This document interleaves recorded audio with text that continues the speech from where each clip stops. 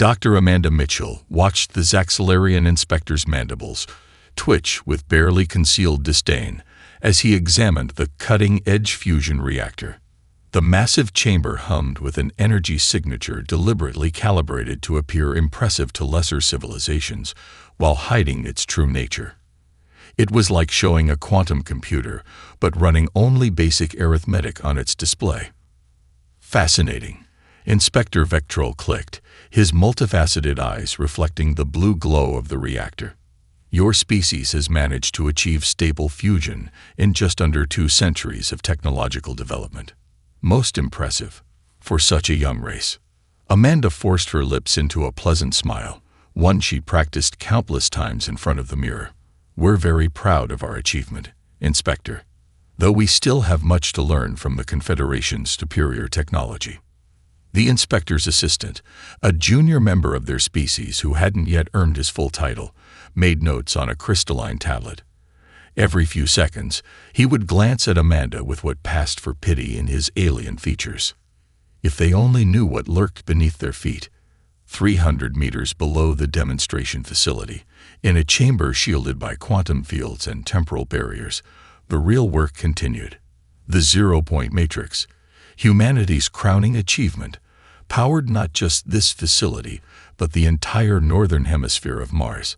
A single cubic centimeter of its energy core contained enough power to run Earth's entire infrastructure for a decade. Amanda's earpiece chimed softly, a message from Dr. James Harrison in the lower labs. The inspector's sensors aren't penetrating our defenses. Energy signatures are reading exactly as planned. We're good. She allowed herself to relax slightly. These inspections always set everyone on edge, but the Earth Defense Coalition's containment protocols had yet to fail. Humanity had maintained this elaborate charade for nearly 3 decades, presenting themselves as an eager but technologically inferior species, while secretly advancing far beyond anything the Confederation had achieved. "Tell me, Dr. Mitchell," Vectrol said, interrupting her thoughts, "have your people considered applying for access to the Confederation's Advanced Species Development Program? With proper guidance, humans might achieve practical quantum computing within just a few generations." Amanda bit back a laugh. The quantum computer in her wristwatch had more processing power than the entire Confederation's network. "That's very generous, Inspector. I'll be sure to forward your suggestion to the Earth Science Council." The inspection continued through the facility's upper levels. Amanda guided them past carefully crafted decoys, slightly inefficient atmospheric processors, basic gravity generators, and predictable advances in medical technology. Everything designed to paint a picture of a species progressing at a reasonable, unthreatening pace. In her office after the inspection, Amanda sank into her chair and activated her neural interface, another technology the Confederation couldn't even imagine. The holographic display materialized in her field of vision, showing the real-time progress of humanity's projects across the solar system. Jupiter's moons hosted automated manufacturing facilities that produced technologies centuries ahead of the Confederation's capabilities. Venus harbored research centers developing weapons that could reshape reality itself. And in the asteroid belt, quantum shipyards constructed vessels that could traverse galaxies in the blink of an eye. Another successful inspection. General Hayes's voice came through Amanda's neural link. "Though I noticed you almost cracked at the quantum computing comment. They're getting more condescending each visit," Amanda replied, watching the inspector's ship depart through her office window. "Did you see their faces when we showed them our advanced medical bay? I thought Vectrol was going to pat me on the head." "Patience, Doctor. Our time is coming. The Council is meeting next week to discuss the Liberation Protocol. We might not have to maintain this facade much longer." Amanda nodded, though she knew the general couldn't see her. "Let's hope so. I'm not sure how many more pitying looks I can take." As the Zaxxilarian ship disappeared into the orange Martian sky, Amanda pulled up the latest data from the zero-point matrix. Energy efficiency had increased another 3% since the morning.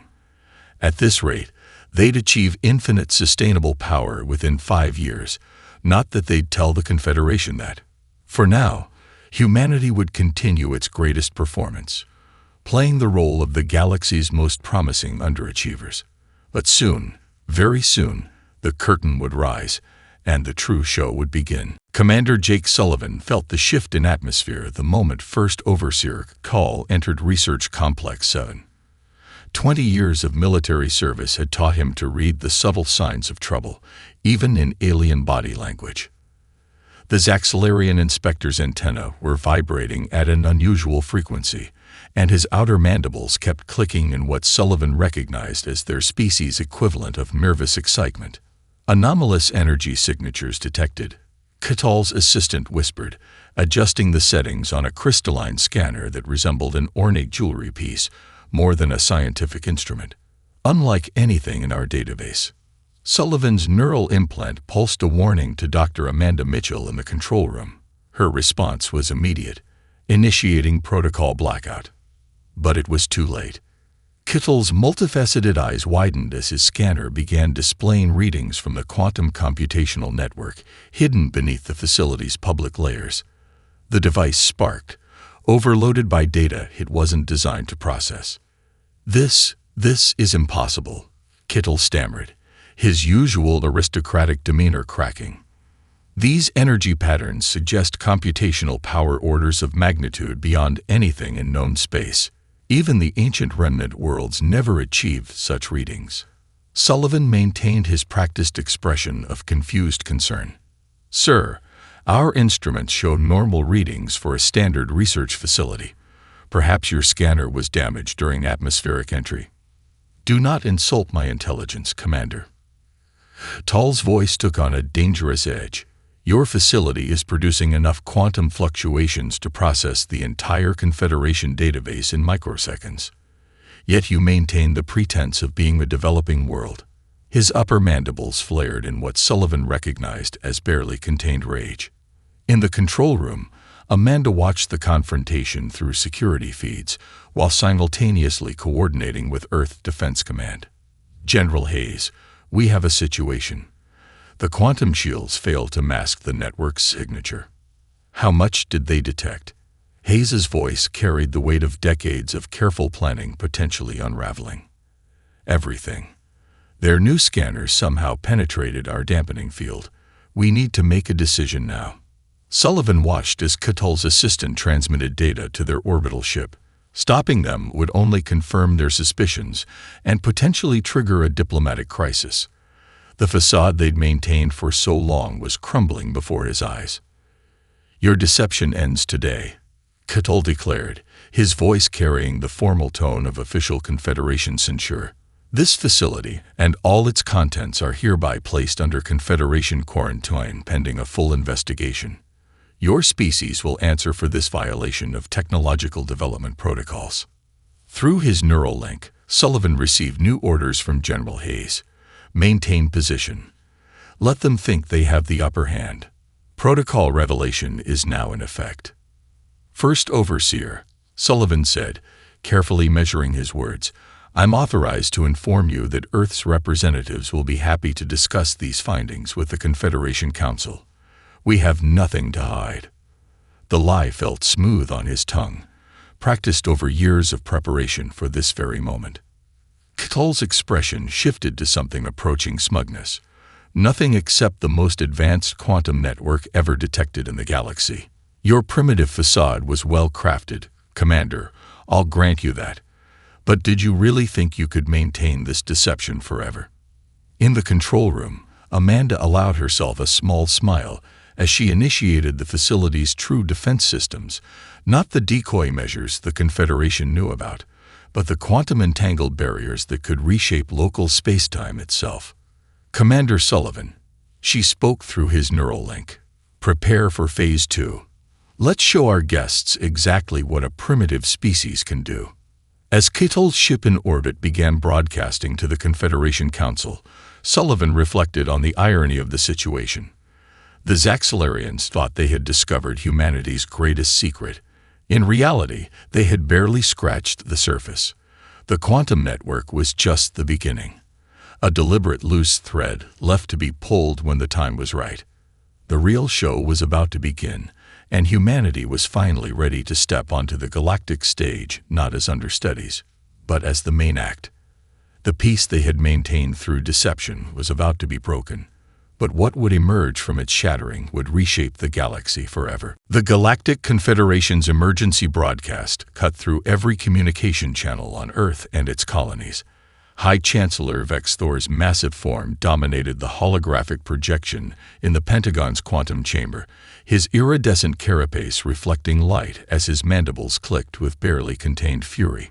General Rebecca Hayes stood with her hands clasped behind her back, watching the alien leader's dramatics with the patience of a seasoned military commander.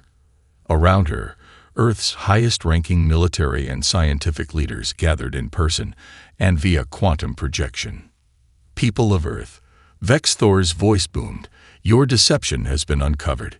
Your technological achievements, hidden from the Confederation in direct violation of the Species Development Treaty, will no longer remain secret. You have 24 Earth hours to submit to full oversight and technological inspection, or face the consequences of your betrayal. Dr. Amanda Mitchell, projecting from Mars, exchanged glances with Commander Sullivan. The commander's hologram flickered slightly as he spoke. They've positioned their 7th Fleet at the edge of the solar system. Approximately 300 vessels, mostly mid-range cruisers with support craft. Only 300. Hayes allowed herself a small smile. They still think they're dealing with children playing with borrowed technology. The High Chancellor continued his speech, listing Earth's violations of Confederation law. Behind him, a display showed the energy readings from Research Complex 7, readings that had sent shockwaves through the Confederation's scientific community. General, President Sarah Reynolds' voice came through a secure quantum channel. The Security Council has voted. Operation Revealed Hand is authorized. Show them exactly what humanity has been holding back. Hayes nodded, activating her neural interface. The quantum chamber's holographic display shifted, showing the true disposition of Earth's forces throughout the solar system. Hundreds of ships sat cloaked in temporal bubbles, weapons systems that defied the known laws of physics, and defense grids that could reshape reality itself. Send our response, Hayes ordered. On every Confederation channel, Earth's message appeared in stark, simple text. We respectfully decline. The reaction was immediate. Vex Thor's mandibles clicked rapidly in what humans had learned was their equivalent of incredulous laughter. You decline. Perhaps you fail to understand your situation. The 7th Fleet carries enough firepower to reduce your cities to ash. Your technology, impressive as it may be, cannot hope to match the combined might of a civilization that has ruled the stars for millennia. Amanda's hologram stepped forward. High Chancellor, with respect, you're operating under several misconceptions. The quantum network your inspector discovered, it's not our greatest achievement. It's not even in our top 10. Impossible, Vex Thor spat. Our scientists have analyzed the readings. Nothing in known space, Cold. Nothing in known space, Hayes interrupted, that you know about. She nodded to Amanda, who initiated a small demonstration. Throughout the solar system, quantum beacons activated. For a brief moment, the Confederation's sensors detected the true extent of human technological achievement. Dyson swarms around Mercury, reality-warping engines in the Jupiter shipyards, and temporal manipulation facilities on Saturn's moons.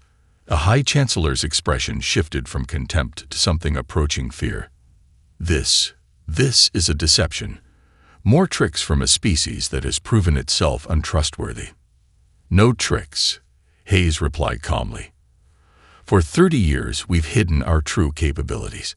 Not out of fear, but out of a desire for peaceful coexistence. We played the role of the eager students because we saw how the Confederation treated species they viewed as threats. You have 23 hours remaining, Vex Thor snarled, but his voice had lost its earlier certainty.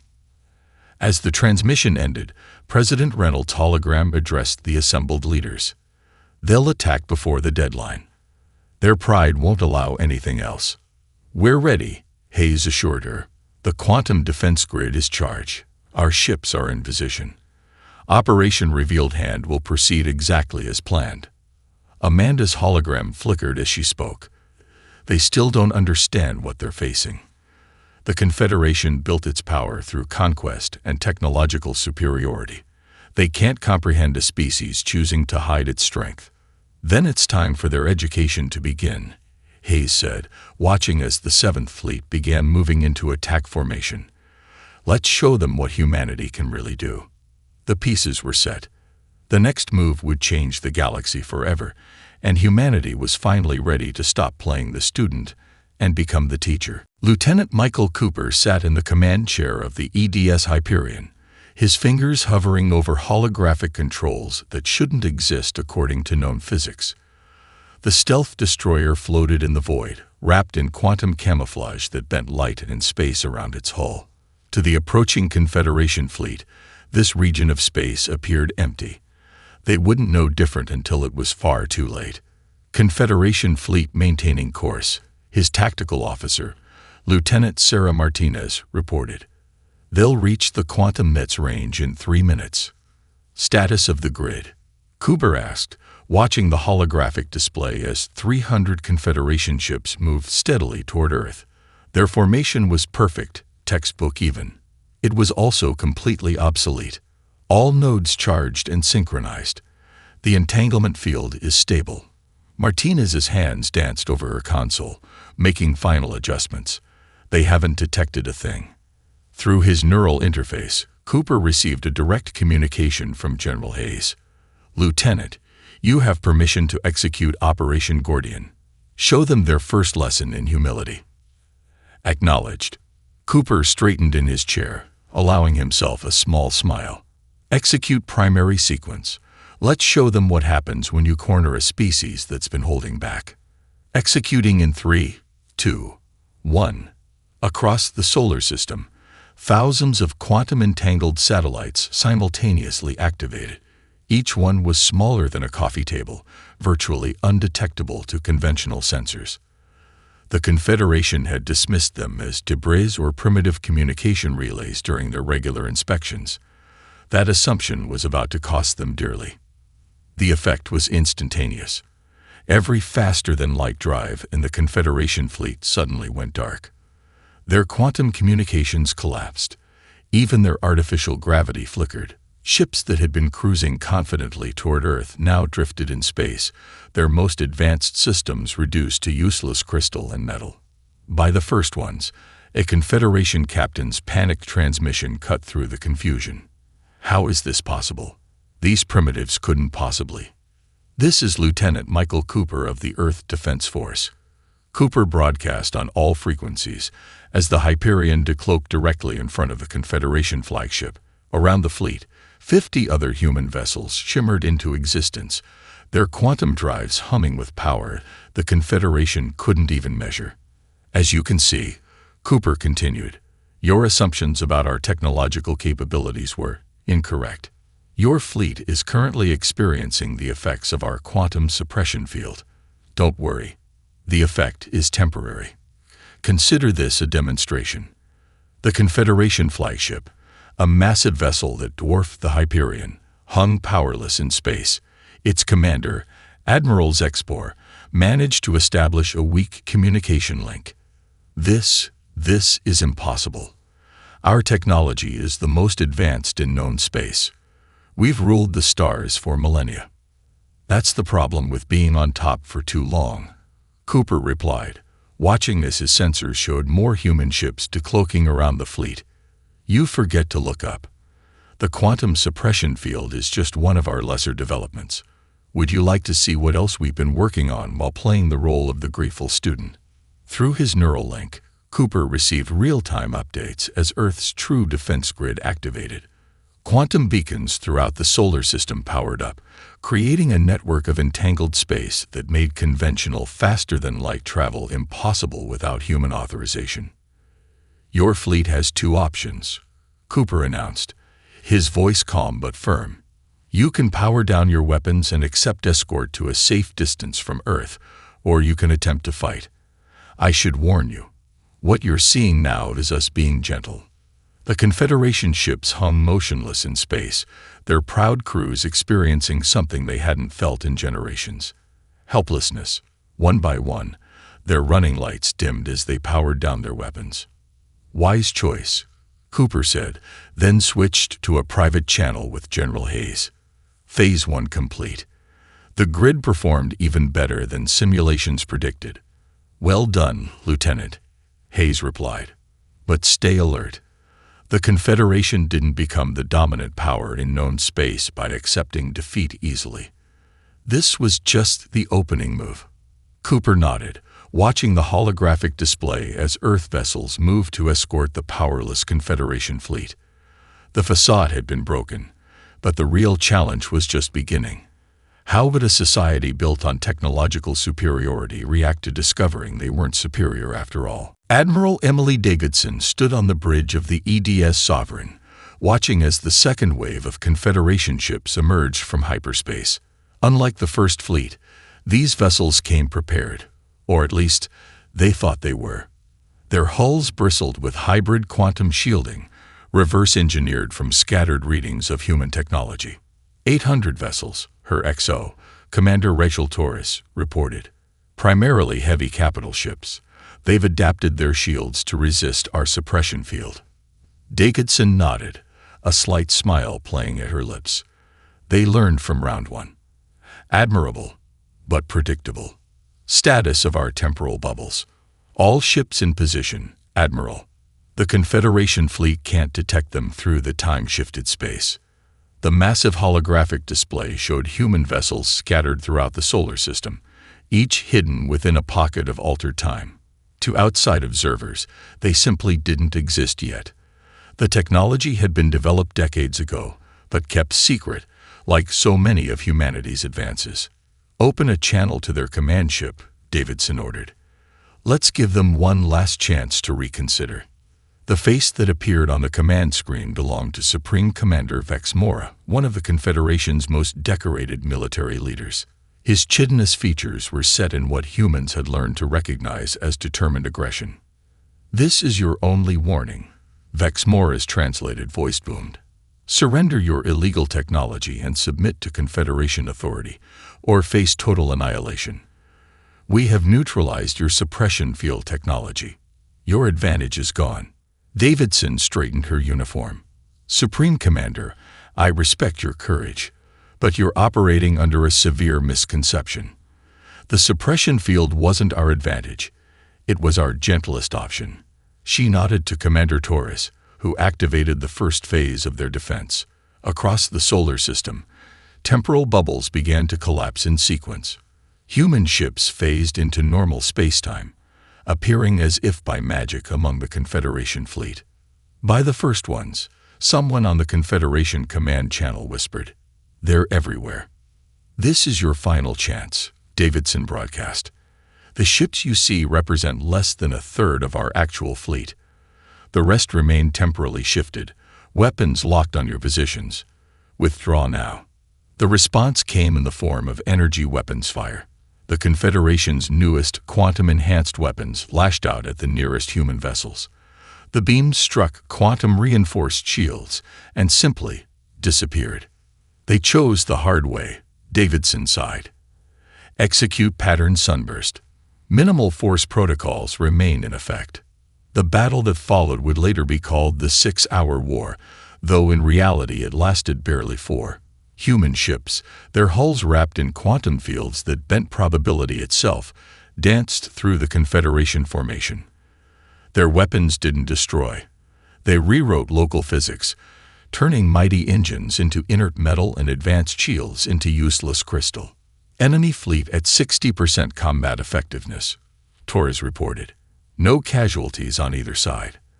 The quantum nullification beams are performing above expectations." Davidson watched as another squadron of Confederation ships went dark, their systems shut down by weapons designed to incapacitate rather than destroy. They still don't understand. Even now, they think this is about dominance. On the command channel, Vex Mora's voice had lost its certainty. "What manner of demons are you? No species could advance this far without us knowing. "We're not demons, Supreme Commander," Davidson replied calmly. "We're simply humans who learn to keep our achievements quiet. Your civilization taught species to fear being different, to fear advancing too quickly. So we advanced in secret, preparing for exactly this day." The battle continued, but its outcome was never in doubt. Human vessels phased through solid matter, appeared simultaneously in multiple locations, and bent space itself to their will. The mighty Confederation fleet, terror of 1,000 worlds, found itself systematically disabled by technology they couldn't even comprehend. Enemy fleet combat effectiveness at 20%, Torres announced. "They're beginning to withdraw." Davidson nodded, watching as the proud Confederation ships retreated in disarray. "Send word to Earth Defense Command. Phase 2 is complete. The Confederation has learned that technological superiority isn't about who has the biggest guns. It's about who has the wisdom to use them properly." As the last enemy ships limped away, Davidson allowed herself a moment of reflection. The easy part was over. Now came the real challenge. Teaching a galaxy that true strength lies not in domination, but in the restraint to use power wisely. Dr. James Harrison ran his hand along the crystalline wall of the Mars Archives, watching as it pulsed with soft blue light at his touch. Behind him, a delegation of stunned Confederation scientists followed, their scanning devices working overtime to process what they were seeing. "These archives were discovered 28 years ago," Harrison explained, his voice echoing in the vast chamber. "At first, we thought they were alien in origin. The truth turned out to be far more interesting." Lead researcher Zental, the highest-ranking Confederation scientist present, stepped forward. His typically pristine white carapace was dulled with red Martian dust. "Impossible. These energy patterns, they match quantum signatures we detected in your facilities." "Precisely." Harrison pressed his palm against a central control panel, causing holographic displays to spring to life around the chamber. "Because we didn't invent our quantum technology. We rediscovered it." The holograms showed scenes from Earth's distant past, sprawling cities that defied known physics, vessels that sailed between stars as easily as modern ships crossed oceans, and technologies that the Confederation had deemed theoretically impossible. "Approximately 50,000 years ago," Harrison continued, "humanity achieved technological heights that make our current achievements look primitive in comparison. This facility contains only a fraction of their knowledge, and it's taken us decades just to scratch the surface." But this contradicts everything we know about species development," another Confederation scientist stammered. "Our archaeological surveys of Earth showed a clear progression from primitive to current technology. There was no evidence of this advanced civilization." Harrison smiled. "That's because they didn't leave their legacy on Earth. They left it here, sealed away on Mars, waiting for their descendants to reach for the stars again." He led the group deeper into the facility, past chambers filled with machinery that hummed with impossible energy. Each room revealed new wonders: quantum computers that could process the sum of human knowledge in seconds, energy matrices that could power entire continents, and engines that could fold space itself. "We found this place by accident," Harrison explained, remembering the day that changed everything. "A routine mining operation uncovered the first chamber. We almost missed it entirely. The facility's quantum shielding nearly fooled our sensors. But once we got inside," he gestured to their surroundings. "Well, you can imagine our surprise." Zental's assistant, a younger scientist named Kixray, spoke up. "This is why you hid your true capabilities. You were afraid the Confederation would seize this facility." "Not afraid," Harrison corrected. "Cautious. We studied your history, your treatment of lesser species. We saw how the Confederation handled civilizations that developed too quickly or showed signs of competing technology. So we played the role you expected.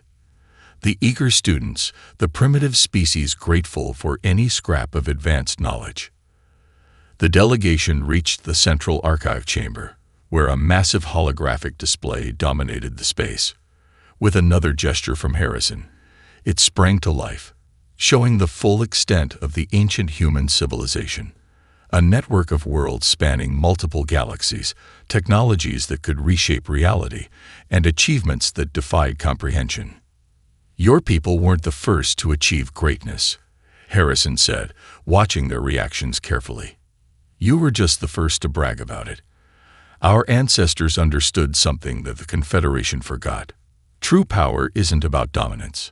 It's about responsibility." Zentel stepped forward, his scientific detachment cracking as he absorbed the implications. "If what you're saying is true, if humans achieved this level of advancement once before, what happened to them? Why did they vanish?" Harrison's expression grew solemn. "That's the greatest mystery we're still trying to solve. But they left us a warning, encoded in the very foundation of this facility. Power without wisdom leads to destruction. Learn from our mistakes."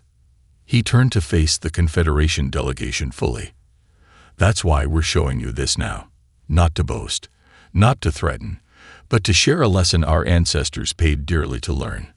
The galaxy doesn't need rulers. It needs teachers." The ancient machinery hummed around them, a reminder that humanity's greatest achievement wasn't the technology they'd hidden. It was the wisdom to know when to reveal it. Ambassador Nicole Walker stood in the center of the newly constructed peace sphere, a marvel of engineering that floated serenely in Europa's orbit. The station's quantum crystal walls shifted with translucent patterns, a visible demonstration of humanity's mastery over matter itself. Behind her, a holographic display showed the true extent of human technological achievement. Developments that made the Confederation's most advanced systems look primitive in comparison. The ruling council of the Confederation sat across from her, their postures notably different from the arrogant confidence they'd shown just days ago. High Chancellor Vex Thor's mandibles twitched nervously as he examined the data scrolling across his crystal tablet. "These specifications," he said, his translator struggling to convey his mix of awe and disbelief. "Your quantum manipulation technology alone could revolutionize every aspect of galactic civilization." "That's precisely why we kept it hidden," Walker replied, gesturing to another holographic display. This one showed the histories of various species who had been deemed too advanced by the Confederation. "Your civilization has a habit of aggressive technological acquisition." Supreme Scientific Advisor Zelmar leaned forward, his iridescent carapace reflecting the station's ambient light. "You must understand our position, Ambassador. Such rapid technological advancement without oversight." "Without your oversight," Walker corrected smoothly. "There's a difference. Humanity had oversight. Our own.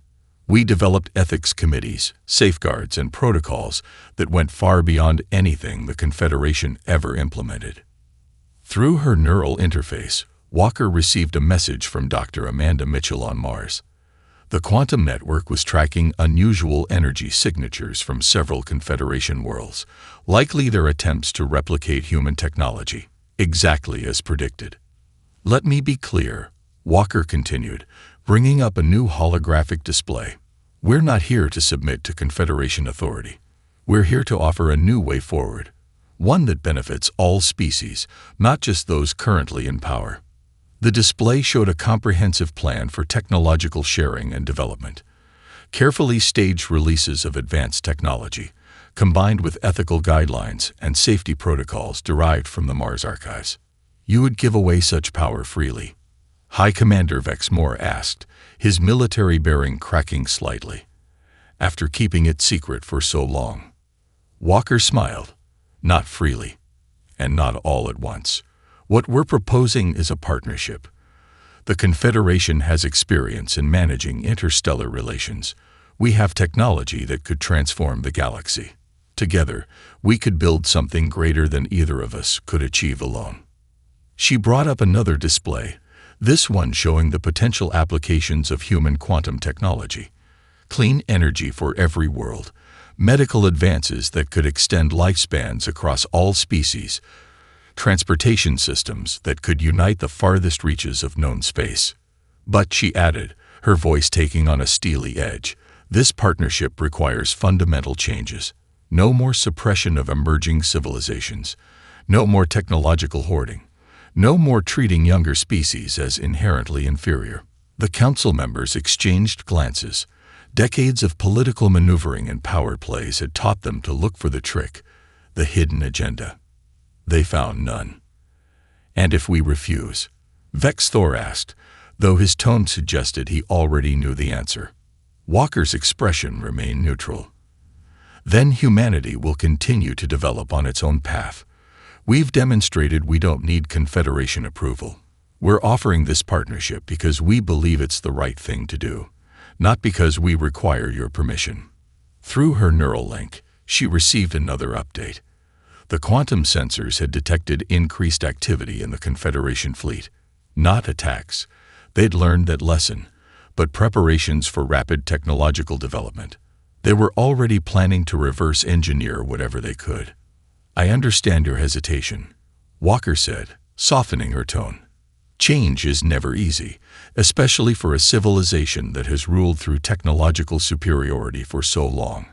But ask yourselves this: would you rather be remembered as the council that tried to suppress humanity's advancement, or the one that helped usher in a new golden age for all species?" The council chamber fell silent as the implications of her words sank in. The peace they had maintained through force was broken, but from its shattered remains, something new could grow, if they were wise enough to embrace it. Dr. Amanda Mitchell stood at the observation deck of the Mars Academy, watching as the first class of mixed-species students filed into the quantum physics laboratory. 6 months had passed since the negotiations, and the galaxy had changed more than anyone could have predicted. Below, a young Zaxxilarian student successfully completed her first quantum entanglement experiment, her mandibles clicking with excitement as she achieved what her species had once deemed impossible. Beside her, a human student offered congratulations, their collaborative project demonstrating exactly what the new era promised. "Quite a sight, isn't it?" Commander Jake Sullivan said, joining her at the window. His uniform now bore the insignia of both Earth Defense Force and the reformed Galactic Confederation. "Hard to believe these are the same species that were trying to destroy each other half a year ago." Amanda smiled, remembering the tense days of the revelation. Knowledge has a way of changing perspectives. Even the most rigid minds can't deny results when they're staring them in the face. Through her neural interface, she received the latest updates from across the solar system. The quantum network, once humanity's greatest secret, now served as the backbone of a new galactic communication system. Ships of various species worked together, learning to navigate the complexities of temporal physics and quantum space. "Latest report from the diplomatic corps," Sullivan said, bringing up a holographic display. 3 more species have applied for accelerated development programs. They're calling it the Renaissance Protocol. The display showed footage from various worlds, former Confederation colonies now operating their own quantum research facilities, emerging civilizations being welcomed into galactic society rather than suppressed, and joint military exercises where former enemies learn to work together. Dr. Harrison's team made another breakthrough in the Mars archives, Amanda noted, switching the display to show the latest findings. "They've decoded more of the warning left by our ancestors. It's fascinating." The ancient text scrolled across the hologram.